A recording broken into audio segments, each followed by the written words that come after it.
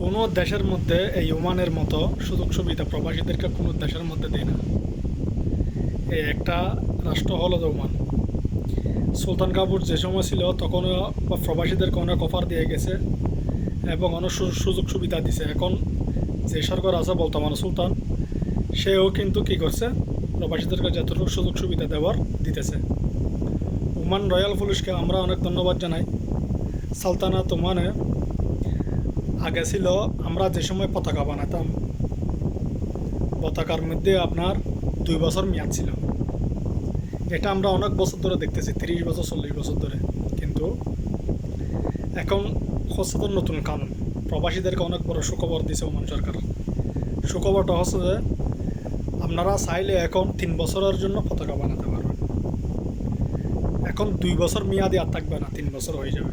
আপনি চাইলে আবার 2 বছর মেয়াদি বানাতেও পারবেন, কিন্তু আপনি 3 বছর মেয়াদিও বানাতে পারবেন। এটা কিন্তু অনেক বড় একটা সুখবর দিয়েছে ওমান সরকার। যারা ওমানি আছে, ওমানিদের 5 বছর ছিল আগে, এখন হচ্ছে 10 বছর। আমরা যেটা রেসিডেন্ট কার্ড বলি আর কি, যেটা আমরা এখানে জাতীয়পত্র, এটাই আমরা এখন বর্তমানে আমরা চাইলে 3 বছরের বানাতে পারবো। যারা নতুন পতাকা বানাবেন 3 বছরের বানাতে চেষ্টা করবেন, অবশ্যই 3 বছরের বানাতে পারবেন। 3 বছরের কানুন চালু করছে ওমান সরকার। ওমান রয়্যাল পুলিশকে আমরা অনেক ধন্যবাদ জানাই। এখন যারা অবৈধ আছেন, যারা ভিসা পতাকা লাগাইতেছেন, যারা ভিসা পতাকা লাগানোর জন্য চেষ্টা করতেছেন, আপনাদেরকে অনেক টাইম বাড়িয়ে দিয়েছে। আপনারা সবাই জানেন ডিসেম্বর মাসের 31 তারিখ পর্যন্ত, প্রায় জানুয়ারি নতুন বছরের একদিন আগে পর্যন্ত সবাই অবশ্যই যারা যারা অবৈধ আছেন, অবশ্যই ওমানের মধ্যে যে সুযোগ সুবিধা দিচ্ছে আপনারা সবাই সুযোগ সুবিধা কাজে লাগান, না হয় ফরক বিপদে পারবেন।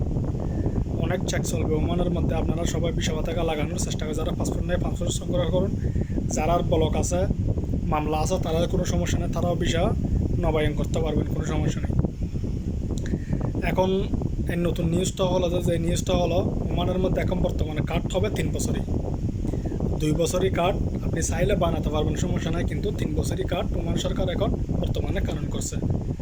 ওমানেদের হচ্ছে 5 বছর ছিল, 10 বছর করছে।